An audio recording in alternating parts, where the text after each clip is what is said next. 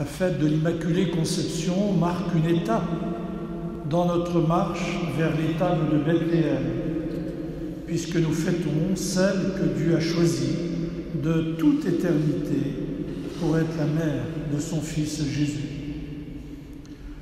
En promulguant le dogme de l'Immaculée Conception le 8 décembre 1854, le pape Pie IX et toute l'Église a voulu célébrer cette faveur singulière de Dieu pour Marie, conçue sans péché et préservée de tout péché. La liturgie de cette fête nous offre ainsi de contempler cette femme que Dieu a choisie pour venir jusqu'à nous en son Fils Jésus, que Dieu a envoyé pour nous ramener à lui. Dieu fait irruption dans la vie de cette jeune fille, accordée en mariage à un homme de la maison de David, juive de Nazareth, en Galilée, pour lui présenter un autre projet qui vient de Dieu. Avec Marie apparaît l'aube d'une Genèse nouvelle.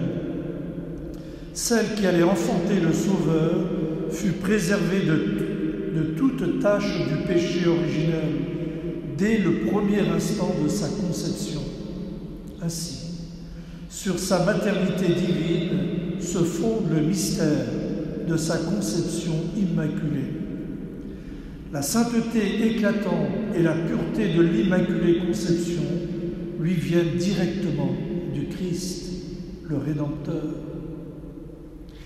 L'apôtre Paul, dans la deuxième lecture, présente Marie bénie par le Père, bénie par toutes sortes de bénédictions spirituelles aux cieux et dans le Christ. Voilà pourquoi l'ange Gabriel salue en Marie cette femme bénie entre toutes les femmes et comblée de grâce, comme nous la prions dans le « Je vous salue Marie ». En contemplant avec toute l'Église l'Immaculée Conception, nous reconnaissons l'œuvre de la grâce qui se répand sur toute la création. Le oui de Marie inaugure l'histoire de notre salut. C'est le oui de la foi. Bénie entre toutes les femmes, sa bénédiction est source de toutes les bénédictions de Dieu pour chacun de ceux pour qui nous la prions. Pour nos familles, vos conjoints, vos enfants et petits-enfants, les futurs époux,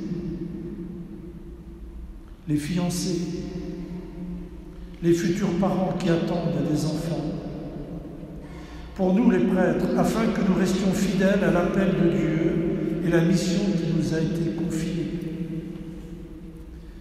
Frères et sœurs, en cette fête de l'Immaculée Conception, nous rejoignons Marie et Joseph qui veillent dans la grotte de Bethléem, avec tous ceux qui attendent pour fêter la nativité du Messie Sauveur qui est déjà venu, que nous n'avons jamais fini d'accueillir vraiment, mais aussi dans l'espérance de son deuxième avènement, lorsqu'il reviendra dans sa gloire à la fin des temps.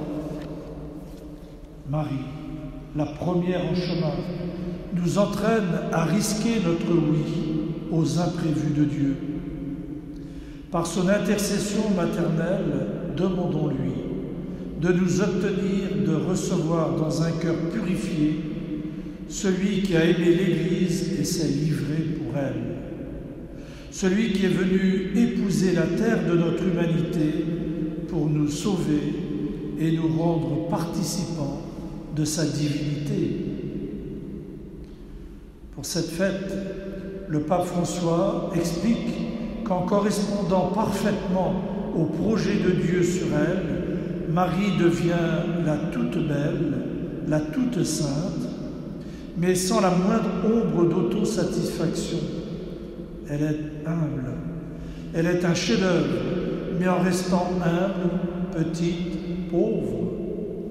En elle se reflète la beauté de Dieu qui est tout amour, grâce et don de soi.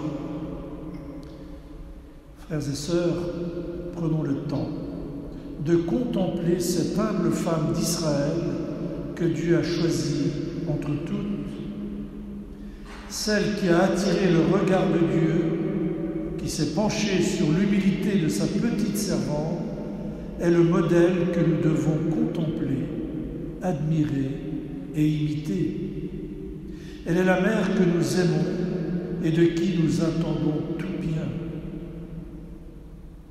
Son oui est le oui de la foi, de l'espérance et de la charité.